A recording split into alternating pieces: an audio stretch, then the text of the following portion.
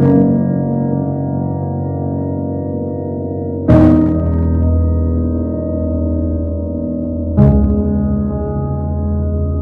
लोग अपने जीवन में सच्चे देव शास्त्र गुरु की पहचान करते हैं।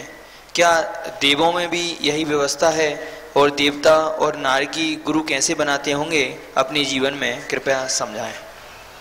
मनुष्यों में जो व्यवस्था है देवों में वही व्यवस्था है। देव भी सच्चे देव शास्त्र गुरु को ही अपना गुरु चुनते हैं। देवताओं में गृहीत मिथ्यात्व नहीं होता, वे अगृहीत मिथ्या दृष्टि होते हैं। वे मिथ्या देव, मिथ्या शास्त्र, मिथ्या गुरु को नहीं मानते। रही बात उनकी सिद्धियों की, तो सिद्धियों से उनका सम्यक दर्शन से कोई लेना देना नहीं। उनका नियम रहता है कि इस प्रकार की साधना, इस प्रकार का कंसंट्रेशन, इस प्रकार की शक्ति जो करेगा हमें उसको सिद्ध होना पड़ेगा। जैसे रावण बहुरूपणी विद्या सिद्ध में स्पष्ट देवताओं को सिद्ध किया और गलत अभिप्राय से सिद्ध किया, लेकिन गलत अभिप्राय का भी देवताओं को साथ देना पड़ा। यानी देवता अशुद्ध का भी, गलत का भी साथ देते हैं, क्योंकि उनकी सिद्धि के बाद उनकी दशा एक नौकर के समान हो जाती है। जैसे एक नौकर मालिक जो आदेश देता है वह उनको करना पड़ता है, इसी प्रकार जो उनको सिद्ध कर लेता है उनकी आज्ञा का पालन उन्हें करना ही पड़ता है।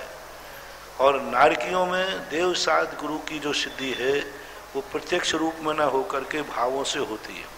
अवध ज्ञान के माध्यम से, जाति स्मरण के माध्यम से वे सच्चे देव शास्त्र गुरु के स्वरूप को जानते हैं, समझते हैं और उपदेश के माध्यम से जानते हैं। इसलिए नारकी भी सच्चे देव शास्त्र गुरु को ही पहचानता है। त्रियंश भी इसी प्रकार का सच्चे देव शास्त्र गुरु की पहचान करते हैं। उनकी अवभाषणा होती, उनको ये भाषणा हो जाती है कि यही गुरु, यही मुद्रा सच्चे गुरु की मुद्रा है। जैसे शूकर को मुनिराज को देख करके, मुनिराज ध्यान में बैठे हुए थे और शेर महाराज को खाने के लिए दौड़ा, तो शूकर ने कहा कि नहीं, ये मुझे सच्चे गुरु प्रतीत होते हैं, इनकी मुझे रक्षा करना चाहिए। तो उस समय उन्हें, उसके लिए, शूकर के लिए मुनि का आभास हुआ, गुरु का आभास हुआ और उनको बचाने के लिए उसने अपने प्राण दे दिए। इसलिए ये तो निश्चित हो गया कि देव शास्त्र गुरु की पहचान चारों गतियों के जीव नियम से करते हैं, उसके बिना सम्यक दर्शन हो ही नहीं सकता। अलवर से सुनील जैन की जिज्ञासा है, गुरुवर क्या कारण है कि एक जैनी को उसके कुतर्क किए जाने पर भी समझाना काफी कठिन होता है, जबकि अजैन को नहीं? कृपया शंका का समाधान। देखो, कुतर्क का कोई समाधान नहीं होता। कोई व्यक्ति ने कुतर्क ये होता है कि उसको स्वीकार ही नहीं करना है, तो अब उसके लिए करोगे क्या? किसी ने कह दिया आप कुछ भी करो। देखो कि कुतर्क कैसा कहलाता है। उसने कहा कि भाई मेरी भैंस सफेद है। लोगों ने कहा भाई सफेद होती ही नहीं है। बोले शर्त लगा लो, लगा लो। तो घर जाके कहता है कि देखो मैंने आज एक शर्त लगाई कि मेरी भैंस सफेद है। घर वालों ने कहा वो तो काली है। बोले तुम सब पागल हो, हम जब स्वीकार करेंगे नहीं तब ना। हम तो यही कहें तुम सबको काली दिख रही, मुझे जो, तो मुझे तो सफेद दिख रही है, अब इसके लिए क्या करोगे? तुम्हें सबको दिख रही काली, लेकिन मैं जो मुझे दिख रहा है वही तो करूंगा। अब मेरी आंख में बैठ करके कौन देख सकता है? ये कहलाते कुतर्क। तो कुतर्कों के संबंध में तो एक ही बात हमारे आचार्यों ने कही, दोषवादे चमोन्यम। जहां कुतर्क होने लग जाए, जहां व्यक्ति की कसाय बढ़ने लग जाए, तत्व चर्चा अलग चीज है। बोधे बोधे वादे वादे जायते बोधा। जितना संवाद चर्चाएं हो, चर्चा करने में कसाय नहीं बढ़ना चाहिए, मन मलिन नहीं होना चाहिए, चर्चा करने में अवभाग होना चाहिए। ओहो, आज मुझे ये बात पता नहीं थी, चर्चा के द्वारा मुझे ये बात मिल गई। आज तक मुझे ये ज्ञान ही नहीं था, मैं समझ ही नहीं पा रहा था, आज ऐसा आह्लाद आना चाहिए। यदि कसाय भाव बढ़ता है चर्चा करने से, या मन में क्लेश भाव होता है, तो फिर वहां पर दोषवादे चमोन्यम, वहाँ हमारे पूज्यपाद स्वामी ने एक ही बात कही, मौन धारण करो, कुतर्कियों से तर्क करने में अपनी ही तर्क शक्ति कमजोर पड़ती है। इसलिए जो समझना चाहें उनको समझाओ, और जो समझना ही नहीं चाहते उनको समझाने की कोई जरूरत नहीं है, मौन रहना चाहिए। जब हमारे आचार्य से हमेशा कहा करते हैं, अपन ने कोई प्रवचन दिया और उसके बावजूद भी लोगों में कसाय बढ़ने लगी, आचार्य जी कहते ठीक है गौण कर दो। मिथ्यात्व किंचित कर पे आचार्य जी ने एक बार प्रवचन दिया, 2-3 बार स्पष्टीकरण दिया, लोगों में कसाय बढ़ने लगी, आचार्य जी ने उस पर चर्चा ही बंद कर दी। बोले मैं तो कसाय कम करने के लिए उपदेश है, ना कि कसाय बढ़ाने के लिए। तो कुतर्कणाओं का ना तो जवाब देना चाहिए, जितने ये व्हाट्सएप चलते हैं, दुनिया भर के मंचों पे माइक पे लोग चिल्लाते हैं, स्वयं अपने आप के पापों को ढांकते हैं, शिथिलाचार को ढांकते हैं, फिर भी वो जाकर तो उनको बकने दो, कुछ नहीं होता। जवाब नहीं देना, जवाब नहीं देना ही लाजवाब है, और जवाब देने से तो बहुत बड़ा उसका सम्मान हो जाएगा। एक छोटा आदमी यदि बड़े आदमी को छेड़ रहा है, वो चाहता है कि सामने छेड़े जिससे मेरी इज्जत बढ़ेगी, तो उससे तो इज्जत बढ़ती है, उसकी इज्जत बढ़ती है। सामने वाले की इज्जत घटाने का एक ही तरीका है कि सामने वाला गाली दे रहा है तो मौन हो जाओ। ये गूंगा 100 को हरा देता है, और सीधा सिद्धांत है, तुमने गाली दी, किसी ने किसी वस्तु को कुछ दिया और उसने नहीं लिया तो वो किसके पास रहेगा? यदि वो अपनी आलोचना कर रहा है, करने दो, अपन को सुनना ही नहीं, अपन को जवाब देना ही नहीं, वो गाली उसी के पास रह जाएगी और वो एक दिन कहेगा कि ये क्या मामला है। वो चाह ही रहा है कि सामने वाला उत्तेजित हो, जिससे उसकी इज्जत बढ़ जाएगी। इसलिए हमारे आचार्य जी सदा कहा करते हैं, कुतर्कियों का जवाब नहीं देना, मौन रहना, गाली दे रहा है, निंदा कर रहा है, आलोचना कर रहा है, करने दो, जवाब मत दो, बस कुछ देने की जरूरत नहीं है। मेरठ से विपिन कुमार जैन। गुरुवर, आदि पुराण में आया है कि भोग भूमि का सुख चक्रवर्ती की भोग संपदाओं का उल्लंघन करता है। भोग इंद्र के भी श्रेष्ठ माने गए हैं, वास्तव में किसके भोग श्रेष्ठ हैं और मोक्ष मार्ग में कौन से भोग बाधक हैं? कृपया जिज्ञासा का समाधान। भोग कभी श्रेष्ठ हो नहीं सकते। पहली बात, भोग जिस दिन श्रेष्ठ हो जाएंगे उस दिन योग निकृष्ट हो जाएगा। भोग शब्द जो है कभी उत्कृष्ट नहीं हो सकता। जो भोग शब्द का जो सम्यक दृष्टियों के जीवन में आता है, ये उनकी इज्जत के नाम पर आता है, उनके सम्मान के नाम पर आता है। इसलिए आता है कि देखो, इतना सब कुछ वैभव होने पर भी उनको इससे कोई लगाव नहीं है, इस रूप में दिया जाता है। सम्यक दृष्टि के जब भोग संपदा दिखाई जाती है तो उसको भोगी बनाने के लिए नहीं दिखाई जाती, उसको इसलिए दिखाई जाती है कि इतना सब कुछ होने के बाद भी वो इसमें लिप्त नहीं है, और तुम लोग छोटी सी संपदा उसी के लिए मरे जा रहे हो। और इनके यहाँ देखो, हमारे शास्त्रों में ऐसे कई उदाहरण आते हैं। जब एक भारी सेन का उदाहरण आता है कि भारी सेन दीक्षा लेने के बाद अपनी कानी स्त्री के संबंध में मोहित था, तो भारी सेन पुष्पडाल, तो भारी सेन उनके पूर्व ग्रस्त अवस्था के मित्र थे, तो उन्होंने कहा इसको वैराग कैसे दिलाऊं। तो भारी सेन की बहुत सुंदर 32 स्त्रियां थी, और इसके संबंध में तो साथी तो था ही। भारी सेन ने एक दिन वन बिछाया कि चलो आज हम अपने तुम्हारे घर पर ले चलते हैं। महारानी चेलना का पुत्र थे भारी सेन। घर जाकर के वेला बोले, माता को समाचार भिजवा दिया, मेरी पत्नियों को 16 श्रृंगार सहित मेरे सामने प्रस्तुत करो। जैसे 16 श्रृंगार करके रानियां आई तो माता चेलना कहती है कि मामला क्या, मेरा बेटा मुनि बनने के बाद पत्नियों को क्यों बुला रहा है, और वो भी श्रृंगार, और वो भी घर आकर के। कहीं ऐसा तो नहीं है कि मेरा बेटा भ्रष्ट हो गया हो। लेकिन महारानी चेलना को अपने दूत पर विश्वास था कि मेरा बेटा कभी भ्रष्ट हो ही नहीं सकता। तो उन्होंने क्या किया, 2 सिंहासन लगा दिए। एक तो सोने चांदी का सिंहासन और एक सामान लकड़ी का सिंहासन। मां ने देख लिया कि यदि ये सोने के सिंहासन पर बैठ गया तो समझ लूंगा कि मेरा बेटा भ्रष्ट हो गया, और लकड़ी पे बैठेगा तो समझ लूंगा कि नहीं हुआ। बारी शरण तो काय को भ्रष्ट थे, वो गए और लकड़ी के सिंहासन पर बैठ गए।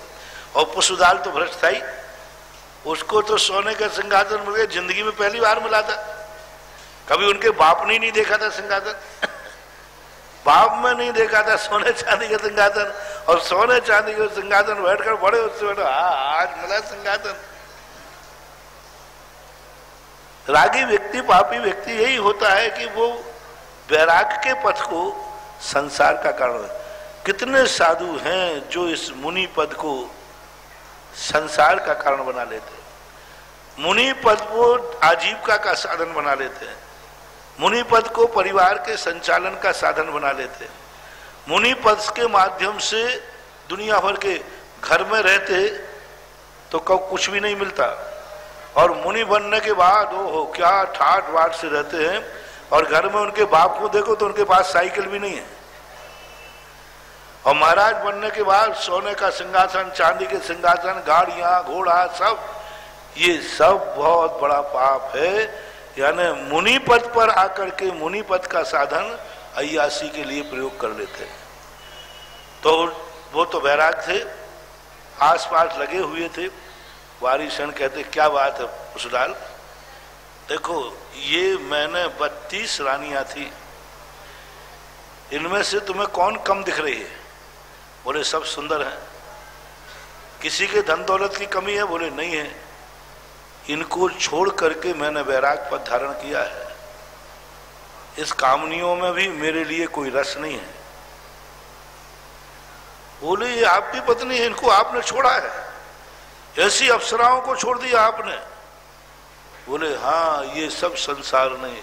उसी समय पुष्पदाल कहता है मैं कितना मूर्ख हूं, मेरे दोस्त ने ऐसी 32 रानियों को छोड़ दिया, मैं तो, मेरी पत्नी तो कानी और कलूटी है, उसी को नहीं छोड़ पा रहा हूं। बस उसी दिन वो सिंहासन से उठा, पुष्पदाल के चरणों में गिर गया कि मेरे लिए आज वैराग हो गया। तो इसी प्रकार से कहने का भाव ये है कि महान आत्माओं की संपदाएं कभी कभी वैराग्य का कारण होती हैं रागियों के लिए। इसलिए दिखाया जाता है चक्रवर्तियों के लिए, तुम क्या छोड़ रहे हो? मुनियान महाराज ने देखो चक्रवर्ती कोटि 18 घोड़े छोड़े, 84 लाख हाथी इत्यादि की जगह संपत्ति छोड़ी, जीर्ण तृण सम त्यागी। तो ये इसका अर्थ नहीं कि चक्रवर्ती ही मुनि बनता है। अन्य लोग जो छोटी सी गृहस्थी नहीं छोड़ पा रहे हैं, उनको वैराग्य दिलाने के लिए सम्यक दृष्टियों की संपदा दिखाई जाती है, और संपदा को संपदा मिलती भी है, उसमें लिप्त नहीं होते। अपन को लगता है कि इतने बड़े वैभव में कितने लिप्त रहे होंगे, नहीं, वे जल से भिन्न कमल रहते हैं, उनका राग आदि भाव नहीं होता, बहुत कम भाव होता है, मात पुण्य का फल होता है। इसलिए भोग शब्द जो है न उत्कृष्ट कभी हो ही नहीं सकता, भोग तो सदा निकृष्ट ही होता है। अहमदाबाद से पारस को समझें। गुरुदेव, 7वें गुणस्थान की प्राप्ति केवल ध्यान अवस्था में ही असंभव है, अथवा किसी भी अवस्था में 7वें गुणस्थान पर पहुंचा जा सकता है? एवं क्या 7वें गुणस्थान में मुनिराज क्षणिक शुद्धोपयोग अवस्था का भी अनुभव करते हैं? कृपया समाधान। 2 प्रकार का सप्तम गुणस्थान होता है, एक स्वस्थान और एक सातिशय। स्वस्थान के भी 2 भेद है, सातिशय तो छपक श्रेणी उपसम श्रेणी में होता है। स्वस्थान के 2 भेद हैं, एक प्रवृत्ति परक और एक निर्वृत्ति परक। प्रवृत्ति परक जब सप्तम गुणस्थान होता है तो जब वो प्रवृत्ति कर रहा है उस पर उसकी तत्व दृष्टि होती है। जैसे उसने पैर उठाया और रखने का भाव सोचा, कोई जीव तो नहीं है, क्योंकि वह जीव तत्व है, उसमें भी केवल ज्ञान की शक्ति है, वह भी जीवन जीना चाहता है, उसका स्वरूप भी मेरे समान है आदि तत्व दृष्टि उसकी एक क्षण के लिए तुरंत आ जाती है। आहार करते समय भी तत्व दृष्टि, विहार करते समय तत्व दृष्टि, उपदेश देते समय तत्व दृष्टि, तो ये निरंतर तत्व दृष्टि बनी रहती है। इसलिए इसको ये मानना चाहिए कि प्रवृत्ति परक भी सप्तम गुण स्थान होता है, और शुद्ध उपयोग जो होता है सामायिक आदि काल में पूज्यवर जयसेन स्वामी के अनुसार सप्तम गुण स्थान से शुभ उपयोग चालू हो जाता है। शुद्ध उपयोग। हेलो, सूरत से मंजू गोदा इनकी जिज्ञासा है, महाराज जी गृह प्रवेश या विवाह आदि के शुभ प्रसंगों में विधान आदि के निमित्त जिन प्रतिमा जी को घर या विवाह स्थल पर मंदिर जी से प्रतिमा जी को ले जाते हैं या पैदल या गाड़ी, ये कहाँ तक उचित है, कृपया मार्गदर्शन। सर्वथा अनुचित है। किसी आगम में घर में प्रतिमा ले जाना विवाह के लिए, नागल के लिए कोई आगम नहीं, कोई परंपरा नहीं, कोई शास्त्र में नहीं। उज्ज्वल महास पुराण में जिनसेन स्वामी ने माद इतना लिखा है कि चाहे नागल हो चाहे किसी की पूजा हो, तो मंदिर में विधान करने के बाद बचे हुए से साक्षात ले जा करके और मकान आदि पर डाल देना चाहिए। बाकी भगवान को घर ले जाना उतना सरल नहीं है, उतना दोषपूर्ण नहीं है, लेकिन कार्य होने के बाद भगवान से घर से निकालना ये महान अशुभ है। आप भगवान को ले गए, फिर विधान करने के बाद क्या करोगे? भगवान को आप घर से निकालो, भेजो? कभी नहीं। भगवान को ले गए तो अब वो घर को मंदिर ही बना डालो, वहीं बैठा लो, तुम बाहर निकलो, नहीं ले जाना चाहिए। कभी नहीं, कोई जैनागम में ऐसा उल्लेख नहीं पाया गया। जयपुर से डॉक्टर शिखा जैन की जिज्ञासा है, महाराज श्री कर्मों का फल उसी समय क्यों नहीं मिलता? संसार की कैसी व्यवस्था है, यदि गलती का फल उसी समय मिल जाए तो ये सारा झंझट ही खत्म हो जाए, कृपया समझ। अपराध करने की सजा तुरंत क्यों नहीं मिलती? अपराध व्यक्ति करता है कभी और सजा होती है कभी और, तुरंत की सजा नहीं हो सकती, क्योंकि उस जो कर्म आपने किया है उस कर्म को व्यवस्थित होना पड़ता है। उस कर्म के निषेक आदि अनेक प्रकार के होते हैं। उन निषेकों में तुम्हारे भाव परिणाम किस क्वालिटी के थे, किसके थे, उनके संबंध में उनकी शक्तियाँ अलग अलग होती हैं। एक समय पुंज में जो निषेक बंधे हुए हैं वे निषेक भी अपने अपने स्वरूप को लिए हुए। इसलिए व्यवस्था है कि कर्म का जो बंध होता है उसको उतनी ही सजा के लिए, जैसे कई केस हो जाते हैं कि उस सजा, आज अपराध हुआ सबको मालूम है और 10-10 साल तक सजा घोषित नहीं हो रही। राजीव गांधी का कब मर्डर हुआ था और सजा कब हुई, घोषित हुई? क्यों? तो यही प्रकार कर्मों में चलता है कि आज जो हम कर्म करते हैं उस कर्म की सजा तुरंत नहीं मिलेगी, तुरंत मिल भी सकती है एक अंतर्मुहूर्त के बाद, लेकिन जैसा कर्म होता है वैसी व्यवस्था होती है। जबलपुर से दिनेश जैन भेड़ाघाटन की जिज्ञासा है, गुरुवर हम लोग पूजा में काम बाण विध्वंसनाएं कहते हुए पूजन करते हैं और दूसरी तरफ चिंता करते हैं कि देश में जैनों की संख्या लगातार घट रही है। इस प्रकार पूजा करेंगे तो जैनों की संख्या तो घटेगी। ये दोनों बात समझने की कृपया समझाएं। दोनों बातें भिन्न है। बेटे को पैदा करना और काम वासना करना दोनों में अंतर है। संतान को पैदा करना पाप नहीं है, माँ बाप बनना पाप नहीं है, काम पाप है, वासना पाप है। काम इंद्रिय तुष्टि के लिए की जाती है और संतान की उत्पत्ति एक नियोग मात्र है, जो तीर्थंकर आदि भी करते हैं। उनका लक्ष्य मात्र होता है। मैंने एक बार कहा था, जो संतान आदि की उत्पत्ति करते हैं बड़े व्यवस्थित ढंग से रहते, 6-6 महीने पहले से ब्रह्मचर्य धारण करते हैं। शुभ मुहूर्त में दोनों वासना की दृष्टि से नहीं करते, दोनों माता पिता बनने के भाव से करते। उस समय दोनों का इतना पावन पवित्र भाव रहता है क्योंकि वो पूज्य बनने जा रहे हैं, तो वो पाप की कोटि में नहीं आता। काम एक अलग चीज है। काम में ये होता है ना हमें संतान से मतलब है, ना हमें दुनिया से मतलब है, हमारी इंद्रियों की संतुष्टि होना चाहिए बस। चैन कैन प्रकारण जैसे भी हो तैसे, तो इसको बोलते काम। तो काम के विनाश करने की बात कही है, मां बनने का निषेध नहीं किया जैन दर्शन ने, बेटा पैदा करने का निषेध नहीं किया जैन दर्शन में, पिता बनने का निषेध नहीं किया जैन दर्शन ने। जैन दर्शन ने काम वासना का निषेध किया। ऐसे ही कई लोग विवाद करते हैं कि जैन दर्शन का संसार में विषबेल नारी तज गए जोगीश्वरा। अरे विषबेल का तो महिलाएं कई बार हम लोगों को बिस्बेल क्यों कहा? तो मैंने कि तुम्हें बिस्बेल कहा, इनको कह दो तुम बिस्बेला, और क्या भड़ास निकल जाएगी। अरे भाई वहां नारी को बिस्बेल कहा है, माता को तो नहीं कहा ना, बहन को तो नहीं कहा ना, पुत्री को तो आगे तो ये कहा माता बहन सुता पहचानो, यानी माता बिस्बेल नहीं है, पुत्री बिस्बेल नहीं है, बहन बिस्बेल नहीं है, नारी बिस्बेल है। वहां ये कहा जा रहा है स्त्री को अपने से बड़ी है तो माँ के समान देखो, बराबरी की है तो बहन के समान देखो, तो छोटी है तो पुत्री के समान देखो। ये कहा, नारी के रूप में मत देखो, नारी के रूप में देखोगे तो पाप जागेगा। तो वहां नारी को बिस्बेल कहा है, माता पुत्री बहन को नहीं कहा गया। इसलिए तुम अपनी माता दृष्टि रखो ना, कोई बिस्बेल नहीं है, नारी दृष्टि मत रखो। इसी प्रकार से यहां पर काम वासना का निषेध किया। कामम छिंद छिंद भिंद भिंद, काम के रोग विनाशनाय, काम रोग विनाशनाय, ना कि पिता रोग विनाशनाय। आप माता पिता बनने के लिए यदि नियोग मात्र पूरा करते हो तो ये कदापि पाप की कोटि में नहीं आएगा, क्योंकि तीर्थंकर भी करते हैं, तीर्थंकर के माता पिता भी करते हैं, लेकिन उनका मात्र नियोग होता है, कोई मतलब नहीं है। लेकिन तुम लोग जो करते हो वो संतान के लिए नहीं करते। संतान तो आ जाती है, तुम्हें तो पता ही नहीं चलता कब आ गई। तुमने जो स्त्री पुरुष को एक दूसरे को भोगा है, तो बताओ भोगते समय तुम्हारे मन में पुत्र पुत्री भाव था या मां तुम्हारे भोग का भाव था? भोग का भाव था। उसमें तुम्हारा पुत्र पुत्री ने आकर के जन्म ले लिया, ये है काम, ये है वासना। तो ऐसे परिणामों के लिए निषेध किया गया है।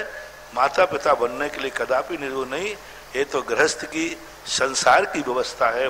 यदि यह पाप होता तो फिर संसार में व्यक्ति तीर्थंकर आदि विवाह आदि करते हैं। तीर्थंकर आदि के 100 पुत्र पैदा हुए, ऋषभदेव के 100 पुत्र थे, लेकिन उन्होंने 100 पुत्र बनने पुत्र को उत्पन्न करने के लिए भोग भोगे, ना कि वासना के लिए भोग भोगे। इतना अंतर समझना चाहिए। बड़ा गांव दसान से पीयूष सिंह इनकी जिज्ञासा है, गुरुदेव भंग शब्द का क्या तात्पर्य है? आपने एक बार बताया था कि ऐसा कोई भंग नहीं है जो अनंत बार घटित ना हुआ हो, कृपया समाधान। भंग शब्द का अर्थ, भंग जो आते हैं ना, भंग अनंत बार क्या नहीं हुआ? अनंत बार ऐसा कोई भी भंग नहीं है जो अनंत बार घटित ना हुआ हो। भंग है ना वैरायटी, जैसे भंग होते जी कितने भंग हैं, मनुष्य है, स्त्री है, पुरुष है, पशु है, नारकी है, अब जीवन की जितनी घटनाएं हैं, तो ये जितने दुनिया में हमें कार्य दिख रहे हैं, कार्य यानी भंग, एक जीव या नाना जीवों की अपेक्षा जितने कार्य हमें देखने में आ रहे हैं, ये सब भंग भंग यानी भेद। कितने प्रकार के कार्य इसने कर दिए हैं? तो जितने प्रकार के दुनिया में कार्य हैं, सब कार्यों को ये अनंतों बार कर चुका है।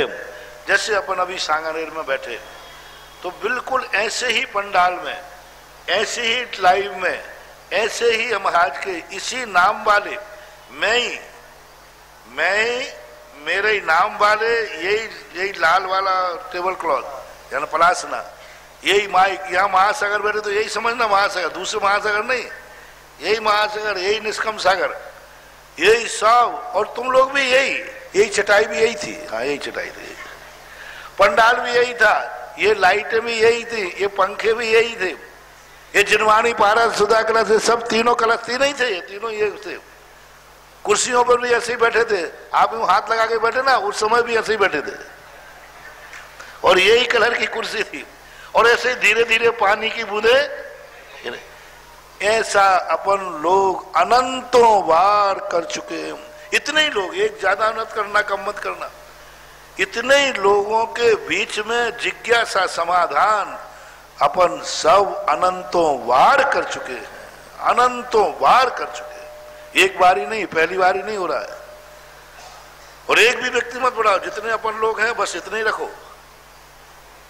और इसी नाम से मेरी आत्मा थी, इसी नाम से था, मेरा नाम सुधा सागर ही था उस समय, और तुम्हारा पंडित जी सुरेश नाम ही तुम्हारा भी था, तुम भी यहीं थे। सबका एक ही सा, ये अनंतों बार परावर्तन हो चुके हैं संसार की। पिपरई अशोकनगर से नेहा जैन की जिज्ञासा है, महाराज श्री जिनेंद्र भगवान की वाणी को माता क्यों कहा जा गया है, एक स्त्री की संज्ञा क्यों दी गई है, कृपया समझाएं।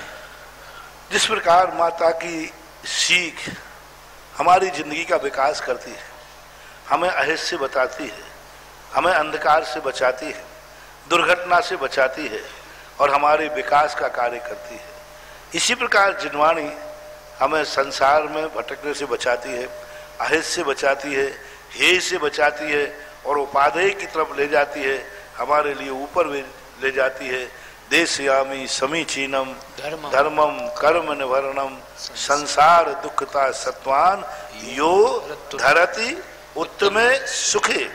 जैसे माँ बेटे को पालन करके एक बड़ा सुखी इंसान बना देती है, ऐसे ही जिनवाणी एक उसकी शरण में आए हुए बेटे को वो एक उत्तम सुख में स्थापित कर देती है, इसलिए इसको माँ की संज्ञा दी जाती है।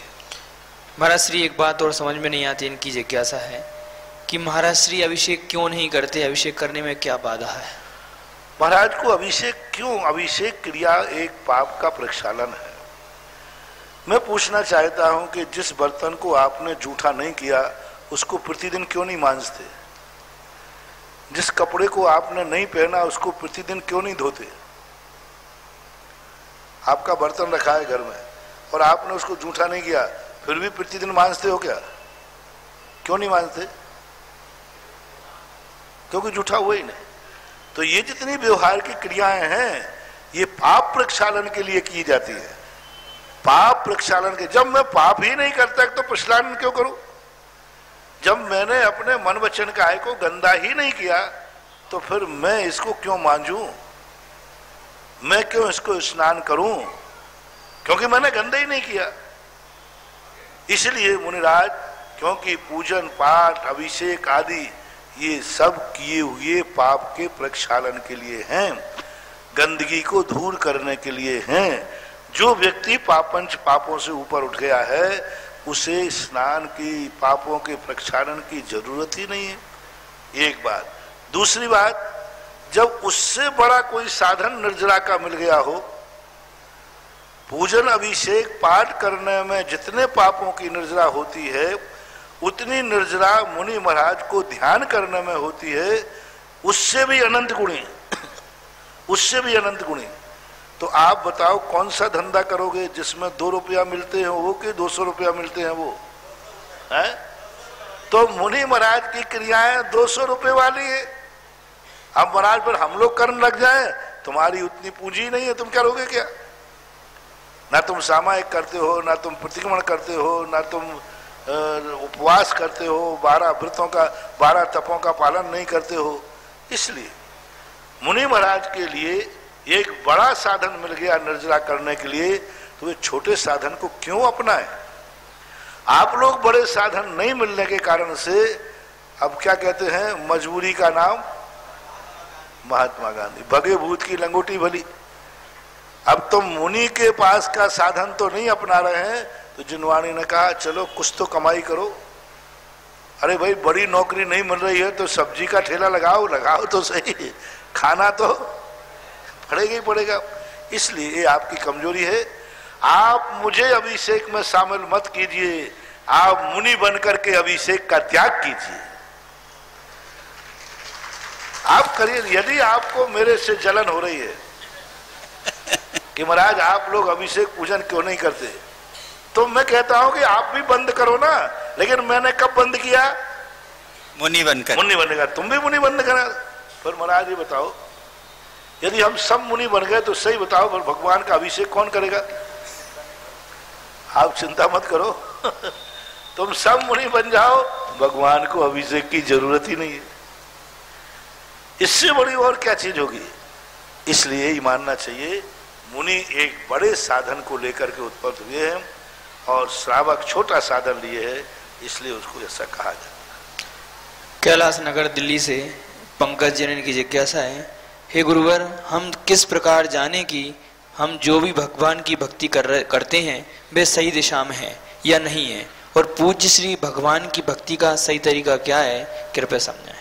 देखो, सही दिशा तो पहले आपका गुरु सही है तो ठीक है। पहले तो आपको किसी भी कार्य में आपको अपना गाइड बनाना पड़ेगा, निर्देशक। इसलिए बाद की क्रियाएं सब सही अच्छी बुरी हैं, पहले आपका मास्टर कैसा है, आपका गुरु कैसा है।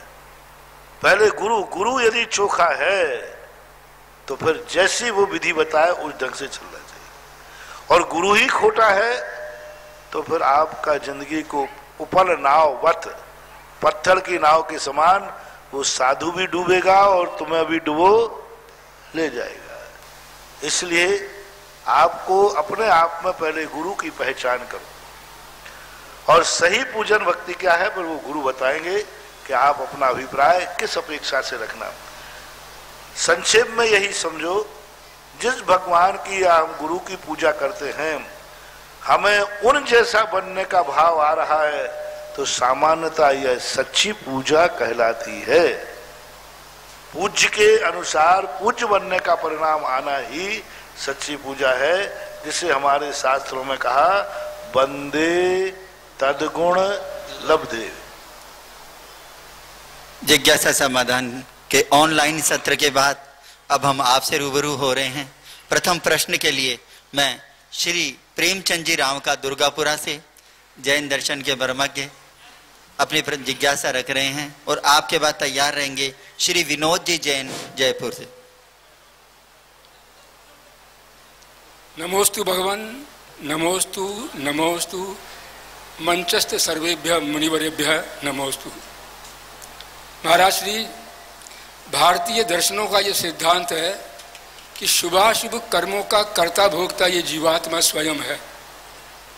यद्यपि अभी किसी व्यक्ति ने बाहर से, जयपुर से, कर्म संबंधी प्रश्न पूछ लिया था, पुनर्भी में जिज्ञासा जाए थे कि कुछ कर्मों का फल तो मनुष्य को तत्काल मिल जाता है, और कुछ कर्मों का फल जो है वो कालांतर में कुछ काफ़ी महीनों बाद अथवा वर्षों बाद मिलता है। तो कर्म फल के इस भोगने में समय की विषमता क्यों है? ओम जय। कर्म जब समय बांधा जाता है उस समय, जैसे आपने देखा होगा दवाइयाँ बनती हैं तो बनते समय दवाई में लिख दिया जाता है यह दवाई इतने दिन के बाद एक्सपायर डेट। कोई दवाई 6 महीने की होती, कोई 8 महीने की होती, कोई साल भर की, कोई 5 साल की होती। तो कर्म जब बनता है तो बनते समय उसकी स्थिति पड़ती है कि यह कर्म इतने दिन में ही पकेगा। बांधते समय जब ये निर्णय उसी समय हो गया है तो फिर उसी के अनुसार उसका फल मिलता है। एक बात। दूसरी बात, कभी कभी कर्मों को दूसरा कर्म आके रोक लेता है। जैसे अभी कर्म का उदय आने वाला था, किसी व्यक्ति ने पुरुषार्थ करके और उन कर्मों को उपशमित कर दिया, उदय में नहीं आने दिया। कई बार अपन लोग काम करने जा रहे हैं लेकिन पता चला कि बीच में कर्फ्यू लग गया, तो अब कर्फ्यू ने आपको लेट किया कि नहीं?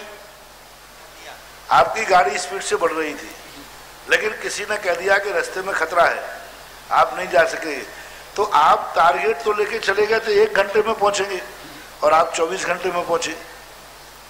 तो इसी प्रकार से कर्मों का बीच में रास्ते में कोई विपरीत वातावरण मिल गया, ऐसे ही अपने कर्मों में होता है। उन कर्मों को जब अपन बांधते हैं वो उदय में आते हैं, कोई दूसरा कर्म उनको रोक देता है। आप अभी उदय में नहीं जा सकते हो क्योंकि दूसरा कर्म उदय में जा रहा है। तो ये उदय उदीर्णा करण आदि की जो व्यवस्थाएं हैं और कर्मों की बंद स्थिति की जो व्यवस्था है, इस कारण से ही नादेख होता है। अब 1 मिनट पहले गाड़ी तुम्हारे साथ चल रही थी, वो तो निकल गई और तुम उसी के साथ 1 मिनट पीछे थे या साथ में 1 सेकंड थे और बैरियर बंद हो गया। अब तुम कहोगे हम दोनों साथ निकले थे, एक घंटे में 1-2 घंटे में क्यों पहुंचा? और साथ ही निकले थे प्राय। तो यही कर्मों की व्यवस्था होती है कि किसी निषेक को दूसरे निषेक ने आकर के उसको उपशमित कर दिया, प्रमुख संक्रमित कर दिया, पीछे उसको ढकेल दिया।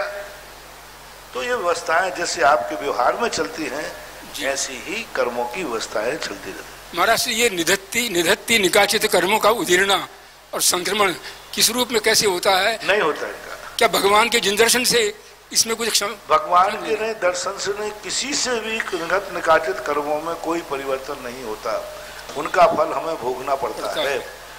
फर्क इतना होता है कि निधत्त का उदीर्णा हो सकती है, परिवर्तन नहीं, लेकिन निकाचित की तो उदीर्णा भी नहीं होती।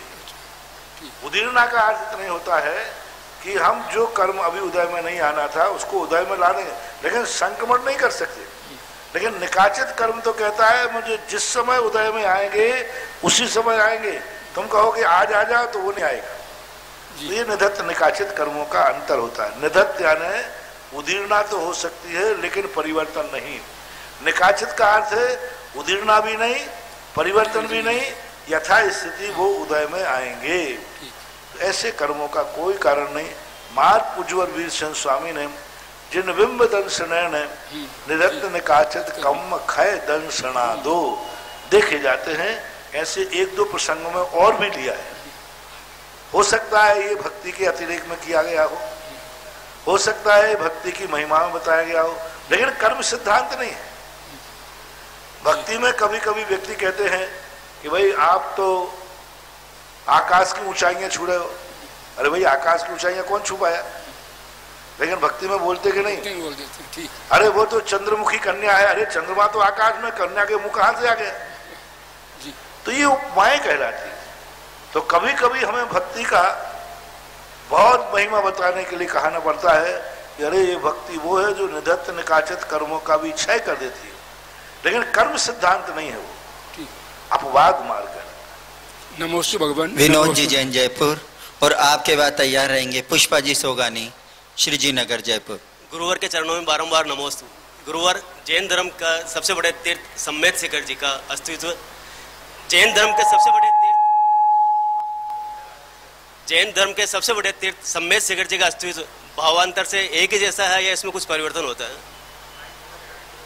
सम्मेद शिखर जी बढ़ता रहता है। सम्मेद शिखर का जो आज स्वरूप है ये बहुत छोटा हो गया, पहले बहुत बड़ा था। अजितनाथ भगवान जब थे उस समय उनकी काया कितनी थी? 500 धनुष प्रमाण। एक डग में भी वो पूरा पहाड़ नाक जाएंगे। बहुत बड़ा रहता है।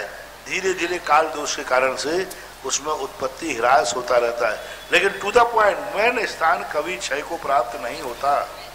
वो टोंक वही है, लेकिन वो टोंक बड़ी थी, छोटी। भगवान महावीर स्वामी के समय में वही थी। भगवान महावीर स्वामी के तो अभी काल कम ही है, और वो तो हमारी जैसे काया के थे। अपन 5-6 फुट के होते, वे 10 फुट के थे।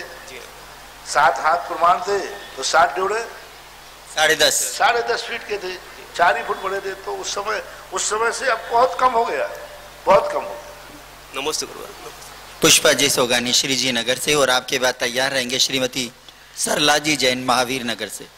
नमोस्तु महाराज श्री, नमोस्तु महाराज श्री, नमोस्तु महाराज श्री। आचार्य श्री आरिकाओं को दीक्षा देके अपने साथ क्यों नहीं रखते हैं?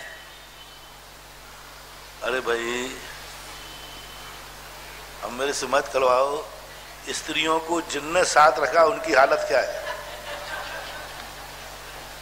महिलाओं को साथ में रखना अपने आप में बहुत उपद्रव के घर हैं।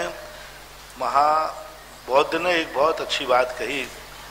बौद्ध ने एक विधान बनाया था कि साध्वियां अलग रहेंगे, साधु अलग रहेंगे।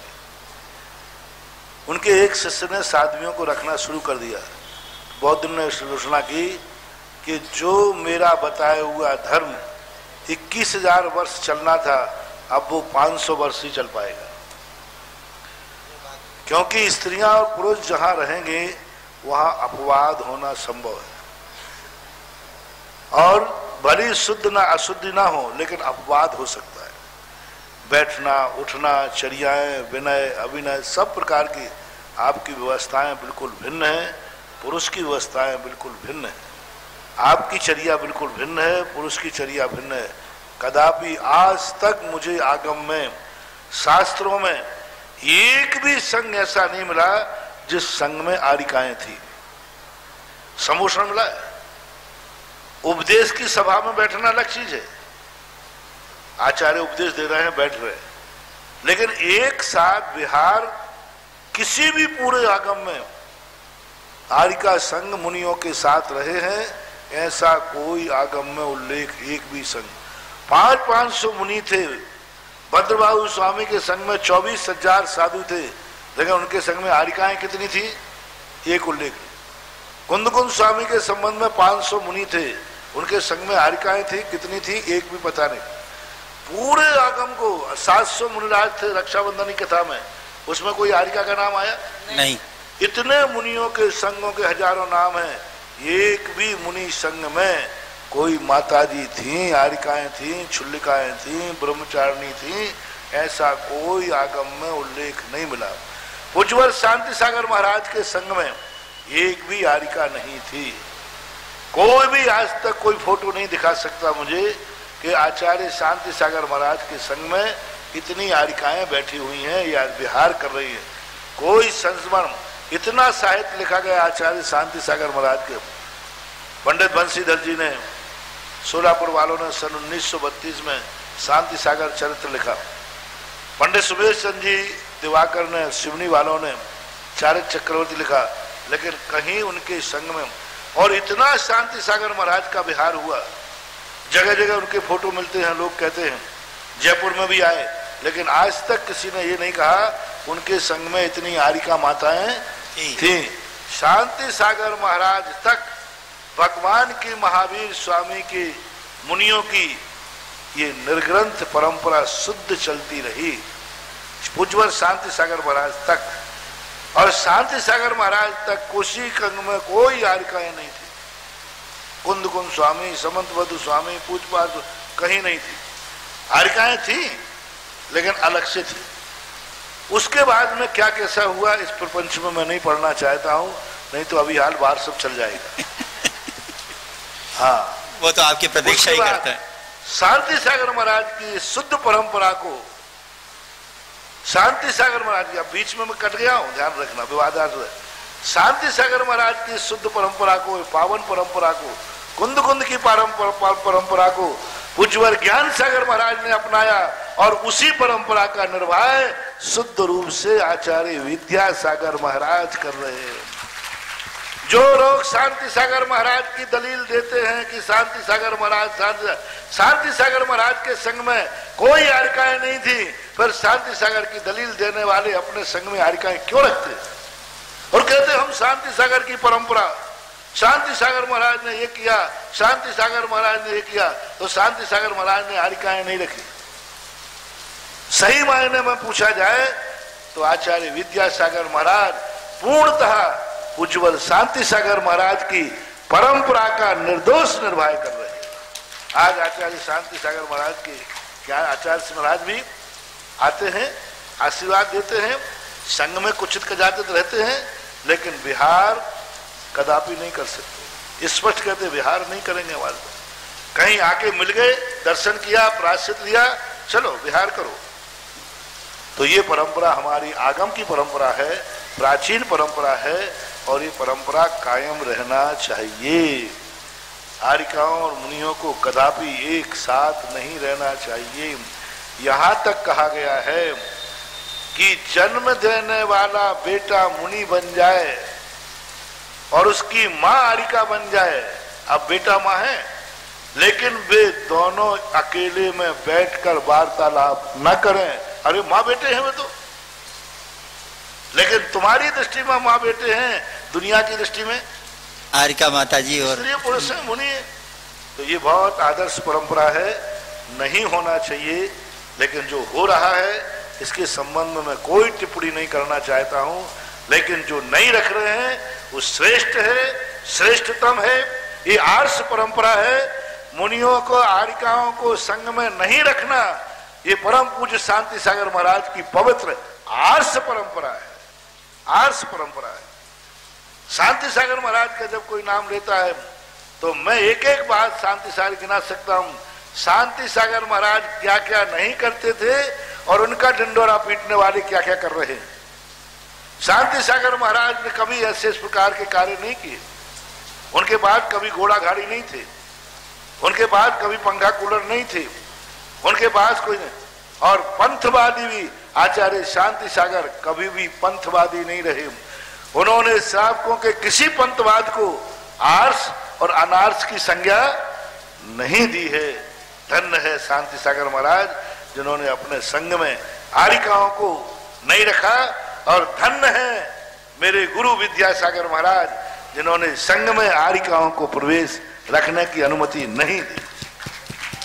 नमस्ते महाराज। श्रीमती सरला जी जैन महावीर नगर, और आपके बाद तैयार रहेंगे डॉक्टर किरण प्रकाश जी, व्याख्याता श्रमण संस्कृति संस्थान।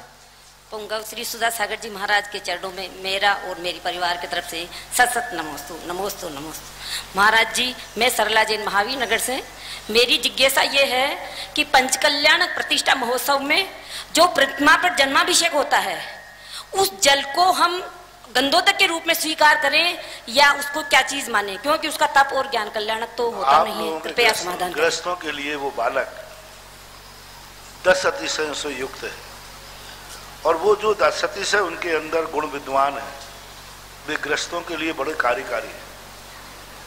तो ऐसा महापुराण के अंदर आया है कि जब भगवान महावीर का आदिनाथ भगवान का अभिषेक हुआ, तो उस गंधोदक, उस जल को निकले हुए ऐसा जल बहा जैसे मानो गंगा नदी बह रही हो, लेकिन नीचे आते आते एक बूंद भी नहीं दिखा। कहाँ गया? तो उस जल को सारे देवताओं ने अपने सिर पर धारण कर लिया, यानी गंधोदक को देवताओं ने अपने सिर पर धारण किया। इससे सिद्ध है कि गृहस्थ लोग जन्म के गंधोदक को अपने सिर पर धारण करते हैं तो कदापि दोष नहीं है, क्योंकि देवताओं ने धारण किया। ऐसा प्रसंग वहां मिला।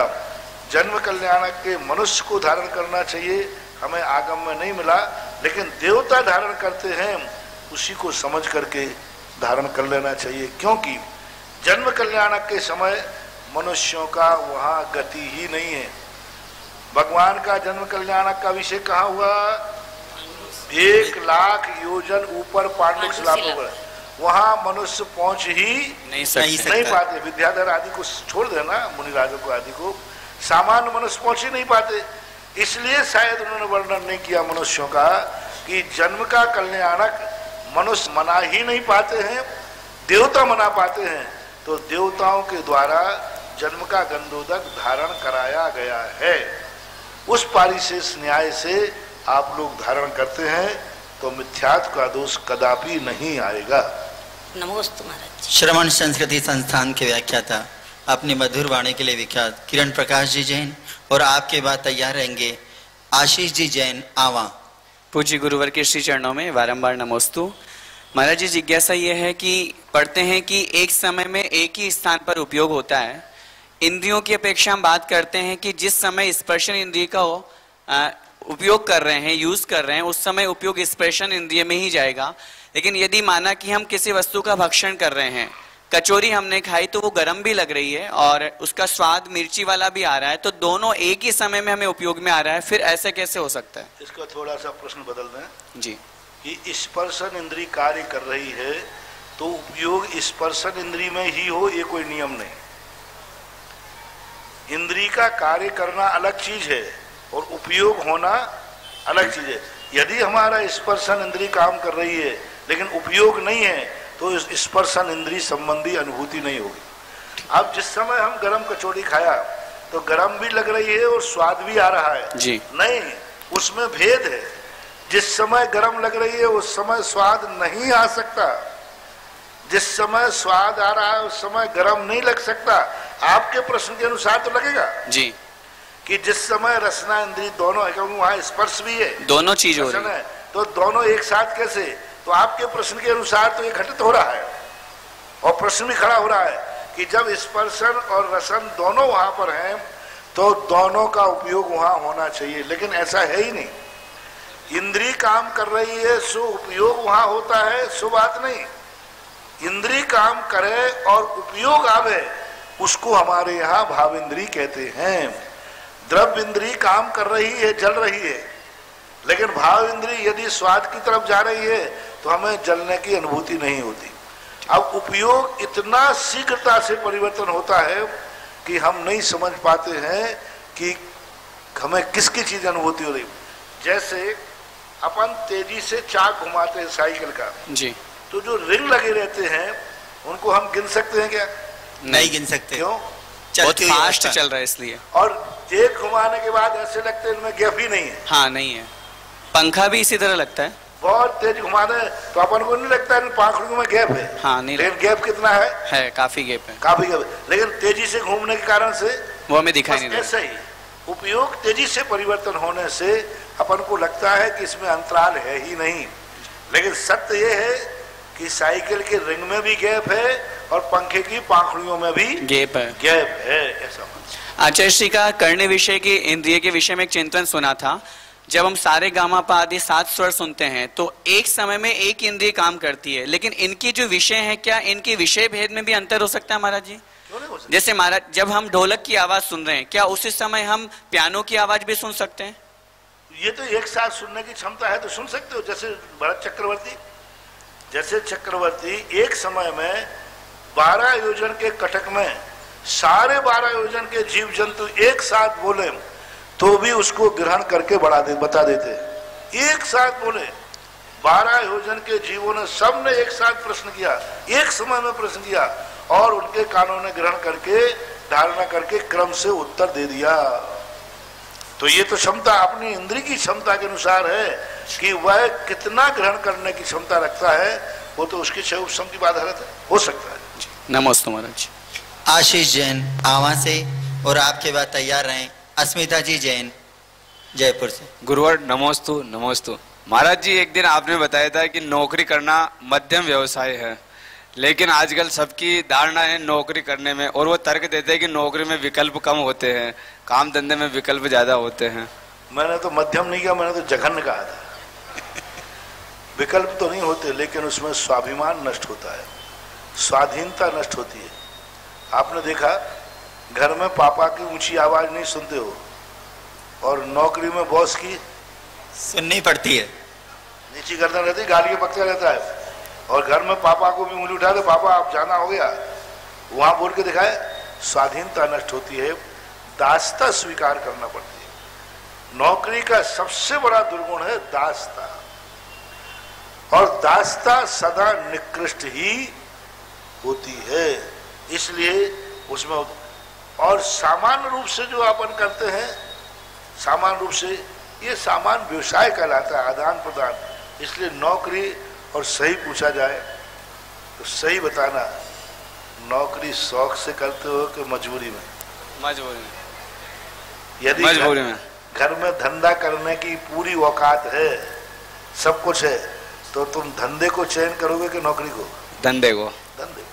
क्योंकि धंधा में स्वाभिमान है, धंधा में स्वयं की मलकियत है, धंधे में बेईमानी का भाव नहीं आएगा, काम चोरी का भाव नहीं आएगा।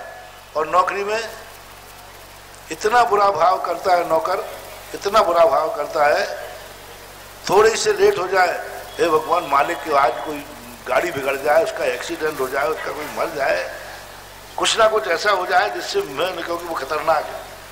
एक बार भीलवाड़ा में थे ज्ञानी जेल सिंह, बहुत सीरियस थे, और वो शनिवार का दिन था, शुक्रवार का। तो उन्होंने कहा कि महाराज जी मैं आपसे एक प्रार्थना करना चाहूँ। ज्ञानी जेल सिंह को तो मरना ही है, लेकिन वो आज मर जाए तो कैसा रहेगा? आज मर जाए तो मजा आ जाएगा। मैंने तुझे क्या खुशी हो जाएगी आज मर जाए कल? बोलो महाराज जी मेरा बॉस बहुत खतरनाक है, वो मुझे छुट्टी नहीं दे रहा है, वो छुट्टी नहीं दे रहा है। यदि जेल सिंह आज मर गए तो कल शनिवार की छुट्टी हो जाएगी। बोलो एक नौकर एक दिन की छुट्टी पाने के लिए किसको मार सकता है? राष्ट्रपति पर पद पर रहने वाले महाराज वो आज ही निपट जाए, और यदि वो कल रात में निपटे तो हमारी एक छुट्टी, हमारा मामला। यानी अपने नौकर की ये दशा होती है। मालिक होता तो क्या मालिक एक भाव कर सकता है, मुझे आज कहीं जाना है भगवान साहब ग्राहक मर जाए? समझना, दुकानदार दुकान करता है, हे भगवान आज सारे ग्राहक बीमार हो जाए, नदी चढ़ जाए, यहाँ आ ही नहीं पाए क्योंकि आज मुझे बाहर जाना है। ऐसा भाव दुकानदार कर सकता है क्या? दुकान बंद कर देगा, लेकिन ग्राहकों का अनिष्ट हो जाए ऐसा नहीं। लेकिन नौकर वाला बॉस का अनिष्ट कर सकता है अपनी छुट्टी के लिए, बॉस के बुरे भाव कर सकता है। ये बहुत बहुत नौकरी के संबंध में आते हैं। और कितनी बेईमानी, कितनी मायाचारी करना पड़ती है। बॉस आ गए तो जल्दी काम पे बैठ गए, और नहीं आए तो जिस दिन पता चल जाए कि आज बॉस नहीं आएंगे उस दिन फ्री। तो ये सब मायाचारी, छल कपट, बेईमानी, दास्ता, अनेक दोष नौकरी में हैं। महाराज जी, लेकिन सामाजिक कार्यों में तो नौकरी को प्राथमिकता देते हैं। अब वो इसलिए देते हैं कि आजकल धंधा पानी नहीं है। अस्मिता जी जैन जयपुर, और आपके बाद तैयार रहेंगे श्री आनंद जी जैन, डॉक्टर आनंद जी जैन बनारस। नमोस्तु गुरुवर। गुरुवर, मेरा प्रश्न यह है कि माता पिता को पुण्य के उदय से मिलते हैं, फिर भोग भूमि में बच्चे का जन्म होते ही माता पिता का मरण हो जाता है, तो वो पाप का माने कि पुण्य का? नहीं, उनको पुण्य के उदय से इसलिए कि उनको जरूरत ही नहीं है। अपन कर्मभूमि जीव को माता पिता पुण्य से इसलिए मिलते हैं कि हमें जरूरत है। हम उनके बिना जिंदा नहीं रह पाएंगे। हमारे यहाँ कोई भी मार सकता है, कोई भी लूट सकता है, कोई भी जानवर खा सकता है, हम खुद जाकर के दुर्घटनाग्रस्त हो सकते हैं। इसलिए माँ बाप की जरूरत है। लेकिन भोग भूमि या जीव के उनके अकेले में ना उनको कोई जानवर खा सकता है, ना उनको कोई बिच्छू काट सकता है, और ना भी कहीं रेलिंग से गिर सकते हैं, ना कहीं वो अभक्ष्य सेवन कर सकते हैं। तो भोग भूमि जीवों के कोई भी दुर्घटना की संभावना नहीं है, इसलिए माता पिता की जरूरत नहीं है। यहाँ इसलिए जरूरत है कि हम पग पग पर बालक की दुर्घटना हो सकती है, कोई लूट ले जाए, कोई उठा ले जाए। भोग भूमि में ऐसा कुछ नहीं होता। इसलिए यहाँ पुण्य का उदय माना गया कि माँ बाप के बिना तुम्हारी जिंदगी सुखीमय नहीं है, इसलिए पुण्य का उदय माना गया, बाकी कोई आप। डॉक्टर आनंद जी जैन बनारस से, और आपके बाद तैयार रहेंगे अल्पेश जी जैन अहमदाबाद से। नमोस्तु गुरुवर। शंका ये थी गुरुवर कि चतुर्थ काल में ऐसा सुनते थे कि चारण रिद्धिधारी मुनिराज का यदि 4 महीने के बाद या बहुत उपवास करने के बाद किन्हीं के घर आहार होता था तो महान पुण्य कर्म का उनको बंध होता था, जिसके फलस्वरूप भविष्य में उनको कदाचित मोक्ष मिल सकता था। और वर्तमान पंचम काल में यदि किन्हीं मुनि श्रेष्ठ मुनिपुंगों का उपवास के बाद हमारे घर पर आहार होता है तो क्या उसके बाद जो वर्तमान पंचम काल का श्रेष्ठ फल है वो प्राप्त होता है? इन दोनों को कैसे समझें? तो ये कथन जो आपने कहा ऐसा कहीं आगम में देखने में नहीं आया कि चारण रिद्धिधारी विशेष मुनिराज का फल विशेष होता है। उपवास के बाद जिनको पालना होवे नियम से उनका मोक्ष होता है, ऐसा कोई आगम वचन नहीं। रही बात मुनि महाराज के आहार की, तो मुनिराज के आहार के संबंध में सबका सामान फल मिलता है, और पारणा के समय इसलिए मिलता है कि मुनिराज ने उस दिन तपस्या की है, साधना की है, तो उस दिन का जो आहार तुमने दिया वो आहार उनके लिए विशेष लाभदायक है, क्योंकि 2 दिन की साधना के बाद उनका शरीर अधिक क्षीण हो सकता था, अधिक क्षीण है, और तुम्हारे आहार के कारण वो क्षीणता नहीं आई। इस अपेक्षा से उनका पुण्य पाप हो सकता है, लेकिन चारण रिद्धिधारी मुनिराज आदि के का नियामक कारण हो मोक्ष का कारण, ऐसा कोई उल्लेख प्रकारांतर से तो महाराष्ट्री मान ही सकते हैं। आगम में वचन ही नहीं है, सच कोई वचन नहीं है कि जहाँ चारण रिद्धिधारी मुनिराज का आहार हो वहां पर इस प्रकार का नियामक घोषणा की जा सके, क्योंकि ऐसे रिद्धिधारी मुनिराज हुए हैं, भावलिंगी संतों के आहार मिथ्या दृष्टियों के यहाँ भी हुए हैं, अन्य संसारी प्राणियों के यहाँ भी हुए हैं। तो ऐसी कोई बात नहीं है। जब मुनि बन करके भी 11वें गुण स्थानवर्ती जीव भी अर्धपुद्गल परावर्तन काल के लिए भटक जाता है, 11वें गुण स्थान में जाने के बाद भी, तो आहार देने मात्र से उसका एक भाव रह जाए या कम हो जाए, ये बात तो संगति नहीं बैठती। तीर्थंकर को भी आहार देने वाला एक ही भवावतारी होता है, ऐसा कोई आगम का वचन, लेकिन भव्य होता है तीर्थंकर के संबंध में, और निकट भव्य होता है, लेकिन उसी भाव से मोक्ष ही जाएगा, ऐसा कोई नियम नहीं है। अल्पेश जी जैन अहमदाबाद, और उसके बाद अंतिम प्रश्न के लिए तैयार रहेंगे संतोष जी अजमेरा गांधीधाम से। नमस्ते भगवान, मेरा नाम अल्पेश जैन अहमदाबाद से हूँ। महाराज जी, मेरा एक क्वेश्चन ये है कि हमको बचपन से ये सिखाया गया है कि कर्म अच्छे करो, भाव अच्छे करो, और कुछ अंश तक हम वो करने में सफल भी होते हैं, लेकिन फिर भी अभी इस एज में हमारे जो चाहते हैं वो काम नहीं होते। तो मेरा क्वेश्चन ये है कि अगर क्या ग्रह नक्षत्र अपने जीवन पे असर करते हैं, अगर करते हैं तो उसका पहनने से उसका निवारण होता है? अच्छा प्रश्न है। पहली बात तो हम हर विद्यार्थी पढ़ाई करता है और पढ़ने के बाद ये सोचता है कि मैं तो पास होऊंगा ही, लेकिन जब उसको काफ़ी जांच के दी जाती है तो पता चलता है कि जो लिखना था वो उसने लिखा ही नहीं। पर विद्यार्थी ने जो लिखा वो गलत मान के लिखा काफी में कि सही मान के लिखा, लेकिन जांचने के बाद क्या पाया गया? गलत। तो कई बार तो अपन को ऐसा हो लगता है कि हम अच्छा कार्य कर रहे हैं, अच्छे भाव कर रहे हैं, लेकिन वो अच्छे होते ही नहीं।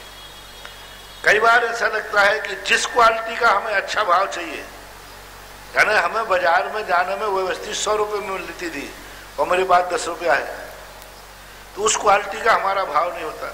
रही बात जो कर्म है, ज्योतिष है, ये सब हमारे पूर्व के किए हुए कर्म का फल है। यानी यदि हमने वैसे कर्म किया है तो उनका प्रभाव हमारे ऊपर रहेगा। जैसे हमने यदि कल 1 लाख रुपया बैंक में जमा किया है तो आज हम 1 लाख का चेक बजा लेंगे, और 10,000 जमा किए हैं तो 10,000, 1 लाख का नहीं जमेगा। तो हमारा जो कर्म पहले का बना है हमने कर्म में जमा नहीं किए, तो हम क्या करेंगे?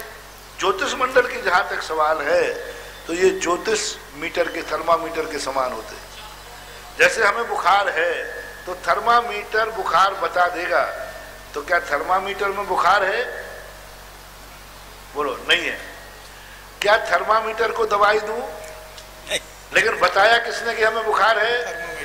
लेकिन दवाई किसी करना है? थर्मामीटर की नहीं। तो ये ज्योतिष मंडल आदि हमारे किए हुए कर्म के थर्मामीटर है। इनके माध्यम से हम जान लेते हैं इस नक्षत्र में जो व्यक्ति जन्म ले रहा है वो ऐसे कर्म करके आ रहा है, इस प्रकार का इन्होंने कर्म किया, इस प्रकार का कर्म किया, इसको ऐसी जिंदगी व्यतीत करेगा। तो ये ज्योतिष मंडल आदि ये सब थर्मामीटर है। तो थर्मामीटर की पूजा नहीं करना, इनकी आराधना नहीं करना, ये अच्छा बुरा नहीं करते। यानी थर्मामीटर ने ना हमारा अच्छा किया है और ना हमारा बुरा किया, लेकिन बता दिया है। ऐसे ये जितने मंडल हैं ज्योतिष, ये ना अच्छा करते हैं ना बुरा करते हैं, हमारे कर्मों के थर्मामीटर हैं कि ये जीव किस प्रकार के कर्म लेकर के आ रहा है। इसलिए हमें अपने कर्म ही सुधारना चाहिए, परिणाम ही सुधारना चाहिए। अच्छे सुधार रहे हैं तो उसका अर्थ है फिर भी हम सफल नहीं हो रहे हैं, तो उसका अर्थ ये लेना चाहिए कि पूर्व में किया हुआ पाप मेरा इतना ज्यादा है कि वर्तमान का पुण्य उसके योग्य नहीं है। जैसे एक व्यक्ति ने कहा, महाराज मेरे ऊपर बहुत कर्जा हो गया, मैं कर्जा नहीं चुका पा रहा हूं। मैंने कि भाई धंधा नहीं चलता क्या? बोले मेरा धंधा तो बहुत अच्छा चलता है। फिर वो सब पैसा ब्याज में चला जाता है। धंधा अच्छा चल रहा है लेकिन पैसा कहाँ जा रहा है? ब्याज में, बच ही नहीं रहा। तो यही स्थिति होती है कि अपन जो वर्तमान में पुण्य कर रहे हैं, अतीत में अपन ने इतना कर्जा ले रखा है कि वर्तमान का पुण्य ब्याज में ही जा रहा है। और अपन सोच रहे धंधा तो अच्छा चल रहा है, पूजन भी कर रहा हूँ, अभिषेक भी कर रहा हूँ, महाराज के प्रवचन भी सुन रहा हूँ, 24 घंटे में कहीं गड़बड़ी नहीं है। लेकिन हमारा ऋण पाप का इतना ज्यादा है कि वर्तमान का पुण्य ब्याज में जा रहा है। चला आना समझ रहे? हाँ, ऐसा होता है। अंतिम प्रश्न के लिए संतोष जज मेरा गांधीधाम से। नमस्ते महाराज जी, मेरा क्वेश्चन है कि सुवासूतक लगे तो उसमें शांति धारा की बोली ले सकते हैं क्या? क्या सुवासूतक लगे तो क्या शांति धारा की बोली ले सकते हैं क्या? बोली ले सकते, लेकिन कर नहीं सकते, दूसरे व्यक्ति से करा सकते। धर्म को सूतक के समय करवाने में कोई बाधा नहीं है, स्वयं करोगे नहीं, दूसरे व्यक्ति को बोली लेकर करवाने में कोई आपत्ति नहीं है। नमस्ते महाराज। दूसरे जीवों के लिए तो आप अपने पशुओं को भी करवा सकते हो। आपके घर में कोई पशु यदि बीमार है तो आप उसके नाम की भी शांति धारा करवाइए, नौकर के नाम की करा सकते हो। अपने खेत खलिहान के नाम, मेरे खेत में कोई कीड़े ना लगे, ऐसी महामारी ना हो खेती में, इसके लिए मैं शांति धारा कर रहा हूं। शांति धारा एक ऐसे मल्टीपर्पस उपयोगी वस्तु है जिनके खेती है, बाग बगीचे हैं, उनका भाव है कि मेरे खेत बाग बगीचे में कोई कीड़े आदि ना लगे, शांति धारा करो। उसमें लिखा है पत्र पुष्प आल आदि महामारी छिंद छिंद मतलब ये महामारी खत्म हो जाए, नहीं आवे। इसी प्रकार पशुओं में कभी हो जाए तो गौज महेशी आदि के लिए लिखा है, नौकरों चाकरों में हो जाए उनके लिए भी, किसी के लिए भी शांति धारा आप करवा सकते हैं। जिज्ञासा समाधान का ये सत्र यहीं समाप्त होता है। जिनवाणी स्तुति। कल एक बहुत बड़ा कार्य यहाँ होने वाला है कि जो हमारे ने संकल्प किया था, कल 2 छात्रावासों का शिलान्यास है। एक का 6 यहाँ जो बनने वाला है उसका भी शिलान्यास है, और छात्रावास का भी है, और 2 छात्रावासों का है।